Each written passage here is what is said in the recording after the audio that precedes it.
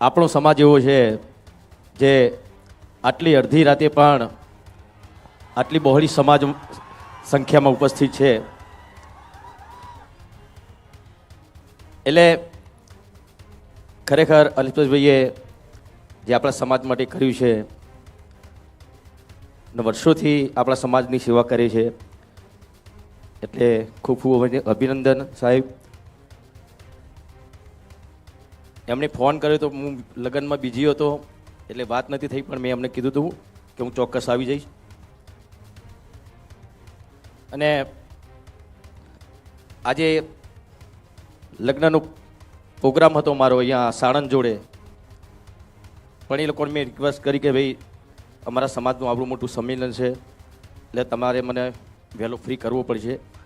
ને એમણે માની પણ લીધું અને મેં 3 વાગ્યાનો ટાઈમ આપ્યો હતો અને 3 વાગે આવી પણ ગયો. ભાઈને બે પાસ જોડે જ આવ્યા મેં તો. એટલે હંમેશા બસ આપણો સમાજ આવી રીતે એક રહે, એ જ મારા સમાજને પ્રાર્થના કરું છું. ને જ્યારે પણ સમાજનું કોઈ પણ કાર્ય હોય છે, આવા સંમેલન હોય છે, તો હું ચોક્કસપણે જઉં છું. હા, પણ જ્ઞાનીબેની પણ મને બોલાવ્યો હતો, પણ એ વખતે અમુક સંજોગોના કારણે હું નહોતો પહોંચી શક્યો. એ બદલ જ્ઞાનીબેન આપની માફી માગું છું. અહીંયા ઉપસ્થિત દરેક આગેવાનો એમને વંદન કરું છું. અને તમને તો મારો શું કહેવું કયો, હા હા હા હા,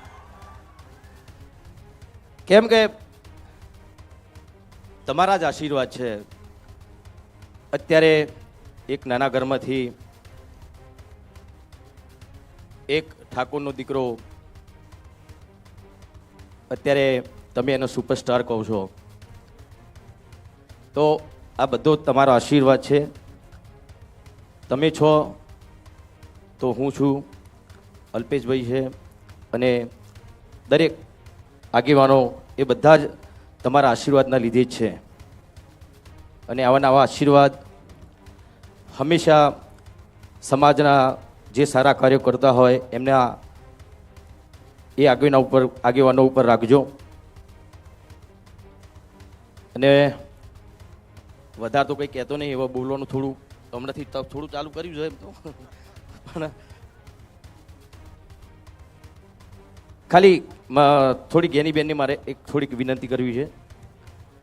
તમે જે સમાજ માટે બંધારણ આપણા સમાજના કલ્યાણ માટે જ કર્યું છે, બહુ સરસ કર્યું છે. પણ એક બે એવી વાતો છે જે તમારી સમક્ષ રજૂ કરવા માગું છું હું.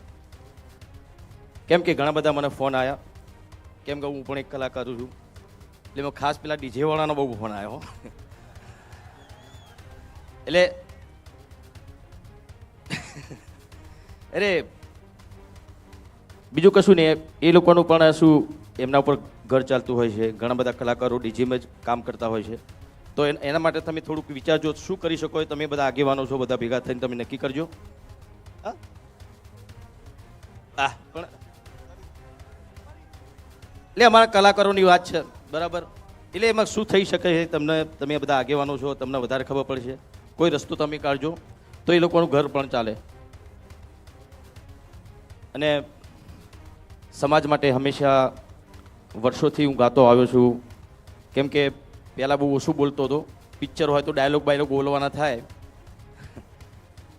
પણ જે તે સમય મેં ગાવાનું ચાલુ ત્યારથી સમાજ માટે મેં ઘણા બધા ગીતો લખ્યા છે. મારા મોટાભાઈ જીવરાજભાઈએ પણ, જેમ કે જાગો જાગો ઠાકોરો જાગો જમાનો બદલાયો, એ વખતે આપણો સમાજ બહુ જ પાછળ હતો. અત્યારે તો ઘણો બધો સમાજ આપણો ઘણો આગળ આવ્યો છે, શિક્ષણમાં પણ આગળ આવ્યો છે, અને વ્યસનમાં પણ એનો પાછું જવાની જરૂર છે, પણ એ બી આગળ આવે છે. બોલો, એટલે એમાં પણ પાછળ જવાનું, બધામાં આગળ નહીં આવવાનું. જો આગળ આવવાનું છે તો આવવાનું છે. હા, શિક્ષણમાં આગળ આવો. આવા સમૂહ લગ્નો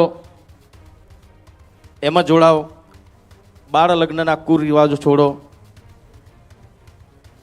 એ બધામાં આપણે આગળ આવવાનું છે. તમે તો વ્યસનમાં આગળ આવી જાઓ છો. એટલે એવું નહીં, બીજા સમાજના બી વ્યસન કરતા જ હોય છે, પણ આપણો સમાજ સૌથી વધારે પાછળ રહ્યો હોય તો એનું કારણ વ્યસન જ છે અને વ્યસનના કારણે આપણો સમાજ ભણી ના શક્યો અને ના ભણી શક્યો એટલે વ્યસનમાં ચડી ગયો. એટલે બસ એટલી જ વિનંતી કરું છું કે વ્યસનોથી દૂર રહો, શિક્ષણ અપનાવો. આ સુંદર મજાનું પગલું અલ્પેશભાઈ આપણા માટે જ, આપણા યુવાન મિત્રો માટે જ કર્યું છે. હા હા, ચલો એક બે લાઈન, કેમ કે ઘણા બધા આગેવાનો છે. હો એ જાગો જાગો ઠાકોર હો જાગો, જમાનો બદલાયો.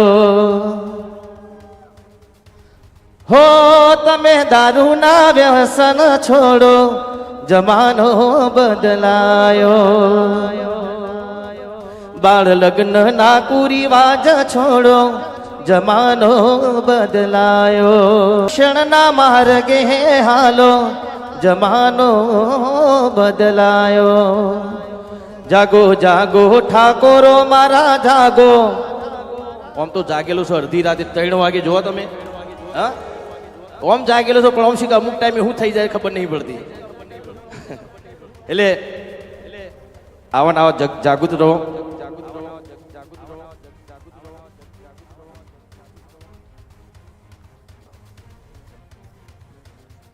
બસ આપણા સમાજ માટે અલ્પેશભાઈએ સરસ્વતી ધામ વર્ષોથી ઘણા બધા સંમેલનોમાં કહેતા હતા અને આજે એ સપનું પૂરું થઈ રહ્યું છે.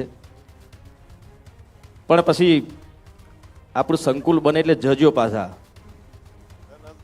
ન કે પછી ભાડાને આપી દેવાનું થાય. હો હા, એટલે એ બધી પછી જવાબદારી તમારી યુવા મિત્રોની છે.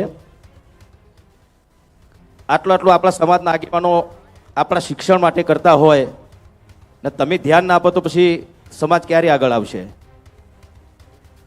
એટલે વિનંતી છે, ભણજો અને ભણાવજો. બસ અહીંયા મારી વાત પૂરી કરું છું. આગળ ઘણા બધા આગેવાનો છે. જય ઠાકોર સમાજ.